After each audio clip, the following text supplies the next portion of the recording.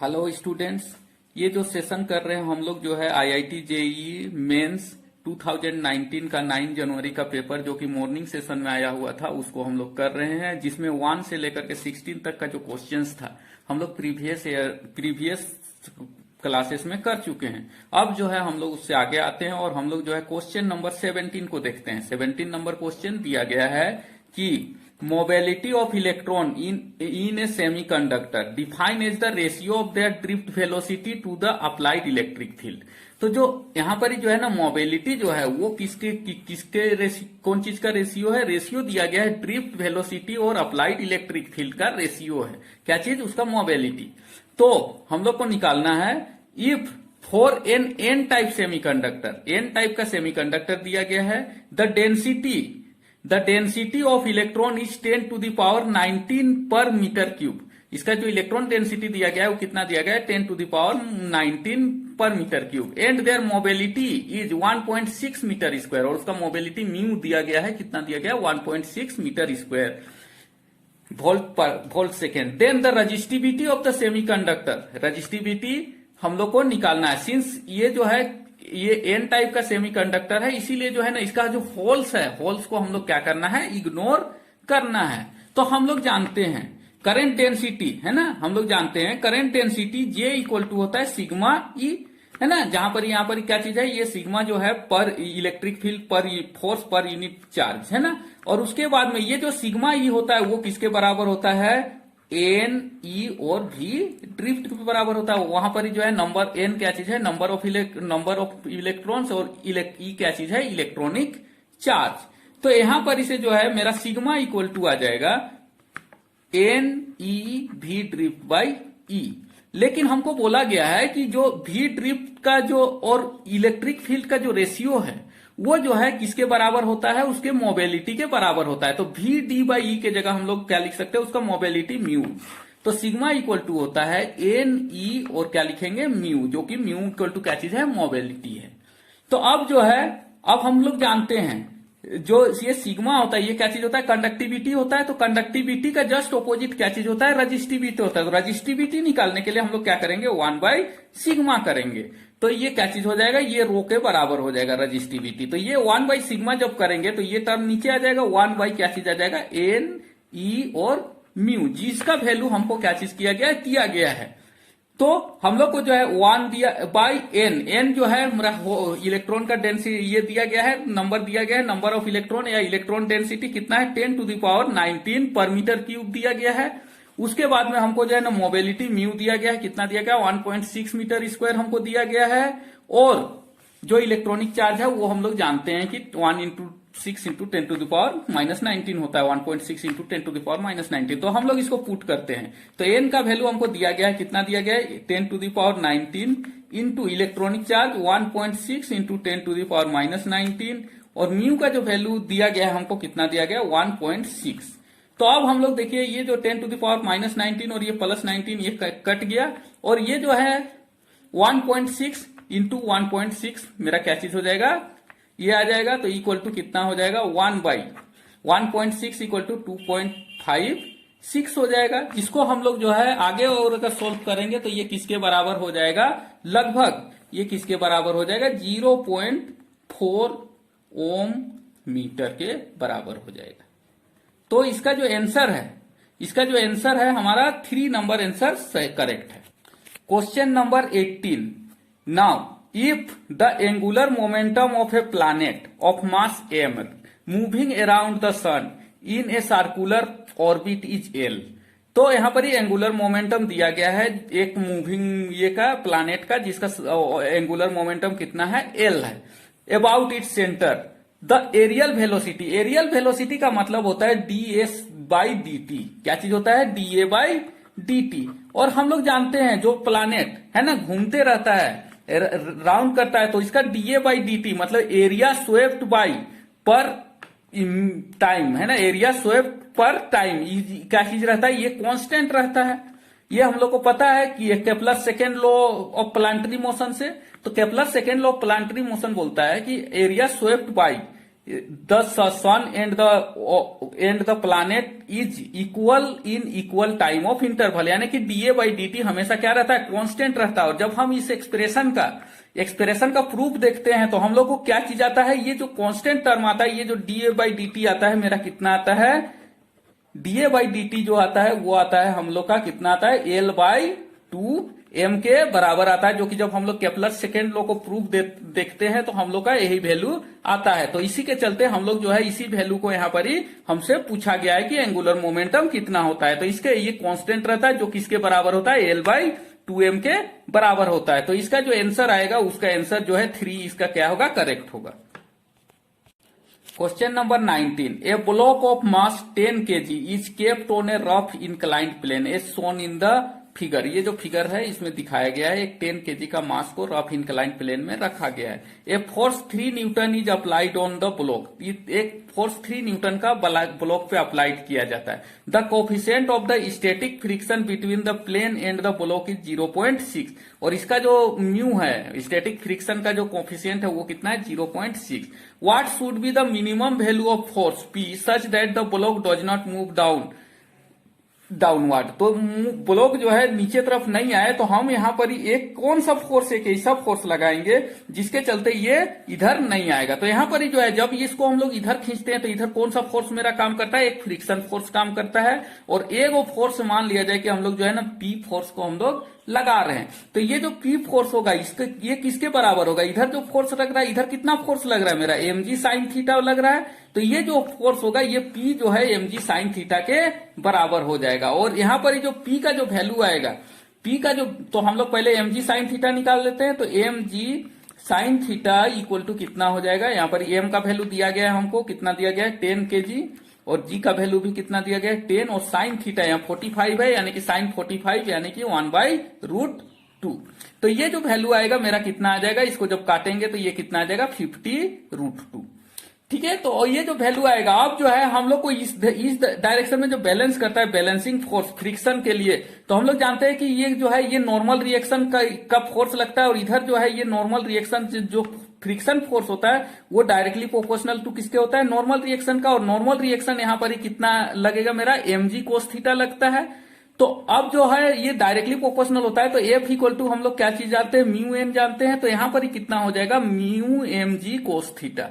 ये जो है ये वैल्यू कितना हो जाएगा मेरा, म्यू mg cos थीटा। ये फ्रिक्शन फोर्स इधर लगेगा, यही फोर्स जो है इसको क्या करके रखेगा, बैलेंस करके रखेगा। तो ये वाला फोर्स और ये वाला फोर्स दोनों को क्या चीज होना चाहिए, इक्वल होना चाहिए। तो इसका वैल्यू अगर हम लोग निकाल लेंगे तो हमको पता चल जाएगा कि किसके बराबर होता है। तो इक्वल टू कितना हो जाएगा, म्यू हमको दिया गया है 0.6 इंटू एम का वैल्यू हमको दिया गया है 10 दिया गया है, और उसके बाद में ये जो वैल्यू आ जा रहा है mg का वैल्यू आया 10 इंटू 10, और कोस थीटा यानी कि थीटा 45 है तो कोस थीटा और साइन थीटा दोनों का वैल्यू कितना रहता है, बराबर ही रहता है, 1/√2 ही होता है। तो ये 10 इंटू 10√2, तो ये इसको जब मल्टीप्लाई करेंगे तो फिर ये 50√2 आएगा, तो ये आ जाएगा 0.6 इंटू 50√2। और इसका वैल्यू जो है हम लोग निकालेंगे तो लगभग जो है इसको जो मल्टीप्लाई करेंगे और उसके बाद में जब वैल्यू निकालेंगे तो ये जो है लगभग 31.28 न्यूटन के बराबर होता है। तो ये जो है लगभग किसके बराबर है, 32 न्यूटन के बराबर है। ओके, तो इसका ऑप्शन शायद हम लिखना भूल गए। ओके, इसका जो आंसर आएगा वो 32 न्यूटन आएगा। Next question number 20, the temperature difference of 120 degree centigrade is maintained between the two end of the uniform rod AB of length 2L and another bent rod PQ is same cross section area and length 3L/2 is connected across AB। See the figure। इस figure में देखिए एक length का AB दिया गया और इसी के ये क्रॉस सेक्शन का इसको बेंड करके इस पे क्या किया गया है, कनेक्ट किया गया है। In steady state temperature distance between P Q will be close to, और हम लोग को जो है ना टेम्परेचर का डिफरेंस निकालना है, कहां पर, पी और क्यू के बीच का टेम्परेचर का डिफरेंस निकालना है। तो हम लोग जो है इसका फिगर बना लिए हैं। देखो यहाँ पर इसे यहां तक जो है लेंथ कितना है, L/2 है, तो यहाँ पर इसे यहां तक L/2 है और यहाँ भी कितना है, L/2। तो L/2 और L/2 है, तो इसीलिए यहाँ का रेजिस्टेंस कितना होगा, मान लिया जाए कि यहां से यहां तक का टोटल रेजिस्टेंस R है, तो ये कितना हो जाएगा, R/2। तो इस जगह पे जो रेजिस्टेंस होगा इस रट का, इसका R/2 हो जाएगा, और इधर भी कितना हो जाएगा R/2, और यहां से यहां तक कितना हो जाएगा R हो जाएगा, और यहां से यहां तक भी कितना हो जाएगा, सेम लेंथ है इसीलिए R हो जाएगा। और ये जो है ना L/4 लेंथ का, इसीलिए यहां पर का रेजिस्टेंस कितना हो जाएगा R/4, और यहां पर का रेजिस्टेंस कितना हो जाएगा R/4। तो हम लोग पहले R इक्विवेलेंट निकालते हैं। तो R इक्विवेलेंट निकालते हैं तो हम लोग देखते हैं ये वाला है ना, ये और ये सीरीज में है, और उसके साथ में ये R क्या चीज में है, पैरेलल में। तो जब हम इसको निकालेंगे तो इसका सम कितना हो जाएगा R/4, R प्लस R/4, तो R plus R/4 plus R/4, तो ये R plus R/4 plus R/4 कितना हो जाएगा मेरा, ये 4 हो जाएगा। और उसके बाद में कितना हो जाएगा, एलसीएम आ जाएगा यहां पर 4R plus R equal to कितना हो जाएगा 4 और 2 6/4R इक्वल टू कितना हो जाएगा 3/2R। यहां से यहां तक का मेरा रेजिस्टेंस कितना हो जाएगा 3/2R। और ये जो है पैरेलल है R के। तो अब जो है हम इस दोनों का जो है पैरेलल वाला का ये निकालते हैं, तो कितना हो जाएगा 3/2R है ना, 3/2R इंटू पैरेलल में निकालते हैं, ये पैरेलल है किसके R के, तो हम लोग पैरेलल कनेक्शन के लिए निकालते हैं 3/2R इंटू R बाई, है ना, क्या चीज हो जाएगा 3/2R प्लस R। ये इजीली हम लोग कनेक्ट निकालते हैं, तो कितना हो जाएगा 3/2R स्क्वायर बाई ये 3/2R प्लस R कितना हो जाएगा मेरा, यहां पर इसे 3/2 यानी कि 5/2R। तो ये R और ये R मेरा क्या चीज हो जाएगा, कट जाएगा। तो इक्वल टू कितना आ जाएगा, ये 2 भी क्या चीज हो जाएगा, कट जाएगा। इक्वल टू कितना आ जाएगा मेरा 3/5R। मेरा ये वाला जो रेजिस्टेंस है, ये दोनों के बीच का जो रेजिस्टेंस है वो कितना आ गया 3/5R। अब जो है R इक्विवेलेंट निकालते हैं। तो R इक्विवेलेंट हम लोग क्या करेंगे, तीनों को जोड़ देंगे। तो आप ये को भी एक कर दिए और इसको भी एक कर दिए, तो ये R/2 है, ये R/2 है, यानी कि R/2 plus R/2 plus 3/5R। तो जब हम इसका सम करेंगे तो ये किसके बराबर आ जाएगा मेरा 8/5R के बराबर आ जाएगा। तो अब जो है ये जो रेजिस्टेंस आ गया, तो R इक्विवेलेंट मेरा कितना के बराबर आ गया 8/5R।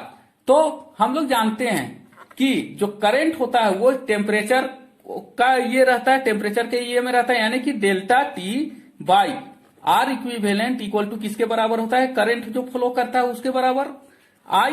तो यहां पर जो है ना हमको T का वैल्यू दिया गया है, T कितना दिया गया है 120 डिग्री सेंटीग्रेड। तो हम इस वैल्यू को रख देंगे यहां पर ही, कितना हो जाएगा 120/8R/5, और इसका वैल्यू कितना आ जाएगा हमारा 120 इंटू 5/8 आ जाएगा 8, और यहां पर सॉरी R है। अब ये R इक्विवेलेंट को हम लोग क्या करते हैं, ये भी R इक्विवेलेंट है, तो ये R इक्विवेलेंट को हम लोग ऊपर मल्टीप्लाई करते हैं, तो क्या चीज आ जाएगा हमारा, यहां पर जो है डेल्टा T का वैल्यू आ जाएगा 120 इंटू 5/8R इक्विवेलेंट इंटू ये R इक्विवेलेंट, यहां पर क्या चीज हो जाएगा आ जाएगा। तो R इक्विवेलेंट का जो मेरा वैल्यू है वो कितना है मेरा, इस जगह से अब हमको लेना है, केवल इसी जगह का हमको टेम्परेचर चाहिए हम लोग, इसीलिए हम लोग जो है ना इसी जगह का केवल क्या चीज करेंगे, रेजिस्टेंस को लेंगे जो कि इस जगह पे है, यानी कि पॉइंट P और Q के बीच में। तो R इक्विवेलेंट जो है हम लोग केवल P और Q के लिए अगर हम लोग निकालते हैं तो कितना आया था हमारा 3R/5 आया था। तो हम लोग जो है इसके जगह में क्या लिखेंगे 3R/5। तो ये कितना आ जाएगा 3R/5R, और ये कट जाएगा, ये 5 और ये 5 कितना हो जाएगा, कट जाएगा। तो इस तरह से हम लोग क्या करेंगे, अब इसको निकालेंगे। तो ये जो है 4 2 जा 8, 4 3 जा 12, 30, फिर 2 से काटेंगे तो ये 15 आ जाएगा। तो 15 3 जा इक्वल टू कितना आ जाएगा 45 डिग्री सेंटीग्रेड। तो इसका जो आंसर आएगा वो कितना आएगा 45 डिग्री सेंटीग्रेड, जो कि आंसर 4 है। Question number 21, A heavy ball of mass M, capital M, is suspended from a ceiling of a car by a light string of mass M. Light string का mass कितना है M. When the car is at rest, the speed of transverse wave in the string, क्या चीज है transverse waves का, कहां पर ही string में wave, is 60 metre per second. Transverse wave जो चल रहा है वो स्ट्रिंग में चल रहा है वो, और उसका वेलोसिटी कितना है 60 metre per second when the car is accelerated at a, car को जो है ना एक्सिलरेट किया जाता है कितना, ए के स्पीड से, the wave speed increase to 60.5 metre per second, wave speed कितना हो जाता है 60.5 metre per second, the value of A in the term of the g is close to, तो वैल्यू हमको कितना का निकालना है, एक्सिलरेशन का वैल्यू निकालना है, किसके टर्म में निकालना है, जी के टर्म में।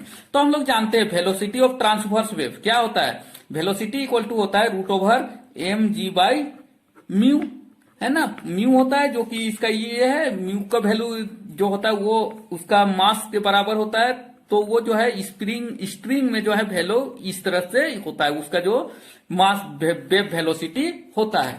तो अब हमको दिया गया है ये वेव वेलोसिटी हमको कितना दिया गया है, 60 दिया गया है, 60 इक्वल टू किसके बराबर होगा, root over m g by mu के। और अगला जो है अब जो है उसको एक्सिलरेट किया जाता है, तो जी के जगह क्या चीज हो जाता है, अब एक्सिलरेट हो जाएगा तो उसका वेलोसिटी हमारा कितना हो जाता है 65 हो जाता है। तो जब एक्सिलरेट किया जाता है तो उसका वेलोसिटी कितना हो जाता है 60.5 हो जाता है। तो उस समय जो एक्सिलरेशन होगा एम इंटू जी के जगह एक्सिलरेशन आ जाएगा जी प्लस ए, लेकिन यहां पर जी और ए का डायरेक्शन क्या चीज होगा, एक ही डायरेक्शन में नहीं रहेगा। जी अगर कुछ और डायरेक्शन में जा रहा है तो ये कुछ और डायरेक्शन में जा रहा है, तो हमको इसका मैग्नीट्यूड लेने के लिए हम लोग क्या करेंगे, जी का भी स्क्वायर करेंगे, ए का भी स्क्वायर करेंगे और उसको हाफ से क्या करें, मतलब क्या कर देंगे, उसका स्क्वायर रूट निकाल देंगे, तब इसका जो है ना वेक्टर सम होता है जी प्लस ए का। तो हम लोग इसको ये करेंगे तो जी प्लस ए का वेक्टर सम बाई किया हो जाएगा म्यू हो जाएगा। अब हम लोग इस दोनों इक्वेशन को डिवाइड कर देते हैं, यानी कि 60/5 हो जाएगा, और नीचे में कितना आ जाएगा 60 इक्वल टू क्या चीज हो जाएगा, root over M into ji square plus A square का हाफ हो जाएगा, और उसके बाद में नीचे में क्या चीज आ जाएगा एम जी, और ये म्यू क्या चीज हो जाएगा, मेरा कैंसिल आउट हो जाएगा, इसीलिए हमको इसको लिखने का कोई भी जरूरत नहीं है। तो अब ये एम और ये एम भी क्या चीज हो जाता है, कैंसिल हो जाता है। अब जो है हम लोग क्या करते हैं, इसको लिखते हैं, इसको हम लोग इस तरह से भी लिख सकते हैं, 60 प्लस 0.5 लिख सकते हैं बाई 60 लिख सकते हैं हम इसको, सॉरी 60 से डिवाइड करेंगे तो क्या हो जाएगा 1 प्लस 0.5 बाई 60 लिख सकते हैं हम लोग इसको। तो अब हम लोग इसको इस तरह से लिखते हैं, तो ये किसके बराबर होता है, जी स्क्वायर प्लस ए स्क्वायर का 1/2 बाई जी, और ये सब टोटल के टर्म में क्या चीज है, रूट है, यानी कि इसका पावर कितना है 4 हो जा रहा है। अगर हम जी का स्क्वायर कर दें तो इसका पावर कितना हो जाएगा 4 हो जाएगा। तो 1 प्लस 0.5 बाई 60 इक्वल टू हम लोग लिख सकते हैं जी स्क्वायर प्लस ए स्क्वायर, और इस जी को भी हम क्या कर देते हैं, थोड़ा स्क्वायर कर देते हैं, तो जी स्क्वायर हो जाएगा। तो जी स्क्वायर कर देंगे तो इसकी पावर कितना हो जाएगा 1/2, और 1/2 कितना हो जाएगा 1/4। अब जो है इसको जो है दोनों तरफ क्या कर देते हैं, मतलब स्क्वायर के जगह क्या चीज होता है 4 पावर से क्या कर देते हैं, उसको ये कर देते हैं, मतलब स्क्वायर कर देते हैं। तो क्या चीज हो जाएगा 1 प्लस 0.5 बाई 60 का क्या चीज हो जाएगा, पावर 4 हो जाएगा, equal to G square plus A square by G हो जाएगा, जी स्क्वायर, ये हमारा टर्म आ जाएगा। अब जो है इसको जो है ना हम लोग क्या चीज में एक्सपेंड करेंगे, इसको जो है हम लोग बायोनोमियल एक्सपेंशन में एक्सपेंड करेंगे। बायोनोमियल एक्सपेंशन पता है 1 प्लस एक्स पे पावर एन क्या चीज होता है, 1 प्लस एन एक्स प्लस क्या चीज होता है n square x square by क्या चीज होता है फैक्टोरियल 2, इस तरह से क्या चीज होता है जाता है, ये बढ़ते चला जाता है। तो हम लोग इसमें करेंगे, और जो बाकी टर्म है जो स्क्वायर वाला टर्म है इसका और ज्यादा छोटा हो जाएगा, इसीलिए हम लोग क्या करते हैं इसको हटाते चले जाते हैं, केवल हम लोग इसका 2 को टर्म लेंगे। तो 2 को टर्म जब लेंगे तो ये क्या चीज आ जाएगा 1 plus 0.5 into 4 n x, n का वैल्यू कितना है 4 और ये कितना है 0.5, तो 4 को 0.5 से मल्टीप्लाई करेंगे तो मेरा कितना आ जाएगा 2 के बराबर आ जाएगा। 2/60 इक्वल टू किसके बराबर होगा, G square plus A square by G square. और बाकी सब टर्म को हम लोग क्या कर दिए, कैंसिल कर दिए, और बाकी सब टर्म क्या है बहुत बड़ा बड़ा, इसीलिए हम लोग क्या कर दिए इसको कैंसिल कर दे रहे हैं। ठीक है, तो अब हम लोग इसको मल्टीप्लाई करते हैं तो क्या चीज होगा, G square plus A square equal to क्या हो जाएगा, G square plus A square, इधर वाला टर्म को लिखे इक्वल टू क्या चीज हो जाएगा, ये इससे मल्टीप्लाई हो जाएगा, G square plus 2 G square by कितना हो जाएगा 60 हो जाएगा। तो अब हम लोग इस जी स्क्वायर को इधर ला करके क्या कर देंगे, घटा देंगे, तो ये और ये क्या चीज हो जाएगा, कट जाएगा। तो ए स्क्वायर इक्वल टू कितना आ जाएगा, ए स्क्वायर इक्वल टू आ जाएगा मेरा 2/60, क्या आ जाएगा 2/60 और जी स्क्वायर। तो यहां से हम लोग जो ए का वैल्यू निकालेंगे तो ए का वैल्यू कितना आ जाएगा, ए इक्वल टू आ जाएगा 1/4 30 का रूट और उसके बाद में जी आ जाएगा। तो यहाँ पर ही जो है 1/30, 30 का हम लोग स्क्वायर जानते हैं, 30 का स्क्वायर रूट कितना होता है, 25 का 5 होता है।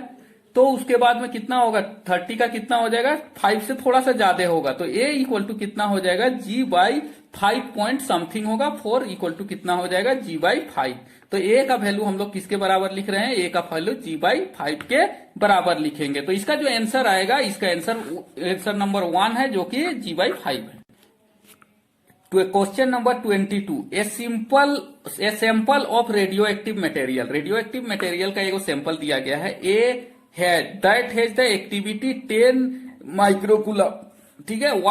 1 क्यूरी इक्वल टू होता है 3.7 into 10⁻10 decay per second, has twice the number of nuclei as another sample of a difference radioactive material B. इसका जो है ना, पहला का जो है वो जो है, पहला का जो रेडियो एक्टिव मटेरियल है उसका एक्टिविटी हमको दिया गया है कितना, 10 मिली क्यूरी है, और उसका जो एक्टिविटी है वो कितना, ट्वाइस है, किससे, बी से ट्वाइस है उसका एक्टिविटी ए का। Which has the activity 20 microcoulomb, और उसका एक्टिविटी कितना है, 20 microcoulomb. The correct choice of the half life of A and B would be then respectively. तो हम लोग को निकालना है कि करेक्ट चॉइस जो होगा क्या होगा, ए और बी का हाफ लाइफ पीरियड के रिस्पेक्ट में। तो हम लोग जानते हैं एक्टिविटी इक्वल टू क्या चीज होता है, लेमडा एन होता है, ये हम लोग को पता है। अब देखो फॉर ए का क्या चीज है, 2 टाइम्स है, इसीलिए हम लोग इसको क्या चीज कर रहे हैं, 2n ले रहे हैं, ठीक है। तो ए कितना है, लेमडा ए इंटू क्या कर देते हैं, 2n नोट कर देते हैं, और उसके बाद में ए के लिए, और फॉर बी के लिए हम लोग कर देते हैं लेमडा बी इंटू क्या कर देते हैं, एन नोट, क्योंकि जो है ना इसका जो मेटेरियल मतलब क्या चीज है, मतलब सॉरी, न्यूक्लियाई में जो एटम्स है वो जो है इससे क्या चीज है, डबल है, यानी कि इसका जो डिसइंटीग्रेशन रेट है वो क्या चीज है, डबल है। तो हम लोग इसको इसीलिए क्या मान लिए, इसको 2 टाइम्स और इसको सिंगल टाइम्स मान लिए। अब जो है हम इन दोनों का रेशियो निकालेंगे, तो रेशियो निकालेंगे तो क्या चीज हो जाएगा, इसका हमको दिया गया है, ए के लिए कितना दिया गया है, 10 डेज दिया गया है, 10 दिया गया है मटेरियल, 10 मिलीक्यूरी है ना, और उसके बाद में बी के लिए कितना दिया गया है हमको, 20 मिलीक्यूरी दिया गया है, इक्वल टू क्या चीज होगा, lambda A into 2n note हो जाएगा, और ये कितना हो जाएगा, लेमडा बी इंटू क्या चीज हो जाएगा, n नोट। तो यहां से n नोट कट गया, तो क्या चीज हो जाएगा, ये 2 से, सॉरी ये 2 यहां पर ही मल्टीप्लाई हो जाएगा, 10 2 20, तो ये क्या चीज हो जाएगा, लेमडा ए इक्वल टू, ठीक है, लेमडा बी इक्वल टू किसके बराबर हो जाएगा हमारा, लेमडा बी इक्वल टू कितना हो जाएगा, 4 into lambda A. Lambda B equal to किसके बराबर हो गया, 4 लेमडा ए के बराबर। अब हम लोग जानते हैं हाफ लाइफ टाइम पीरियड कितना होता है, लेमडा के जस्ट ऑपोजिट होता है, यानी कि इसका क्या चीज होता है, इसका इन्वर्सली प्रोपोर्शनल होता है। तो हम लोग हाफ टाइम पीरियड निकालते हैं, half time period of B equal to किसके बराबर होगा, half life time period of B equal to किसके बराबर होगा, 4 इंटू, है ना, सॉरी हम half life time period A निकालते हैं ना, बी जो है ये 4 टाइम्स है, तो ये इसका अपोजिट हो जाएगा। तो lambda half life time period of A is equal to कितना हो जाएगा, 4